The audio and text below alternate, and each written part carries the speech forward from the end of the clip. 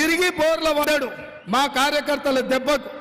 ఇవాళ బీజేపీ వాళ్ళు అనుకుంటారు ఈడీ, ఇన్కమ్ ట్యాక్స్, సిబిఐతో పాటు ఇవాళ కాంగ్రెస్ నిలువరించాలి, రేవంత్ రెడ్డిని భయపెట్టాలంటే ఢిల్లీ నుంచి పోలీసులను పంపించాలని. అందుకే నేను ఇవాళ సూటిగా భారతీయ జనతా పార్టీ నాయకులకు నేను సవాలు విసురుతున్నా. చూసుకుందాం బిడ్డ, మీ గుజరాత్ పెద్దనమా, మా తెలంగాణ పౌరుషమా? ఈ తెలంగాణ పౌరుషం ఎవరి ముందు తల వంచదు. నిజాంల నుంచి, రజాకర్ల నుంచి పొలిమేర్లు దాటే వరకు దిగంతాలకు తరిమి నవాబుల లాగుల్లో తొండలిడిసి కొట్టి ఈ ప్రాంతాన్ని విముక్తి చేపించినాం. ఉమ్మడి రాష్ట్రంలో సమైక్య పాలనలో పౌరుషంతో పోరాడి తెలంగాణ రాష్ట్రాన్ని తెచ్చుకున్న రాష్ట్రానికి చీడగా పట్టిన చంద్రశేఖర్ రావును మనము వదిలించుకున్నాం.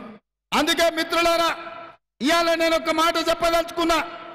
ఎవరైనా ఈ దేశంలో ఎవరు వచ్చినా బీసీలు, ఎస్సీలు, ఎస్టీల రిజర్వేషన్లకు కాంగ్రెస్ పార్టీ అండగా నిలబడుతుంది. ఇవాళ ఈ రాష్ట్రంలో ఇక్కడ ఎవరు భయపడటం లేడు. ఢిల్లీ పోలీసులను కాదు, సరిహద్దుల్లో ఉన్న సైన్యాన్ని తెచ్చుకో, నీ మొత్తం గుజరాత్ను దించు బిడ్డ. ఎట్లా వస్తారో చూస్తా తెలంగాణలో.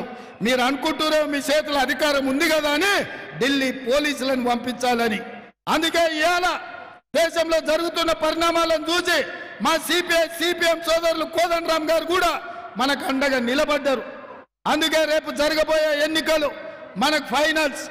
ఈ ఫైనల్స్ లో మనం గెలవాలి, మనం నిలవాలి, మనం రాహుల్ గాంధీని ప్రధానమంత్రిని చెయ్యాలి.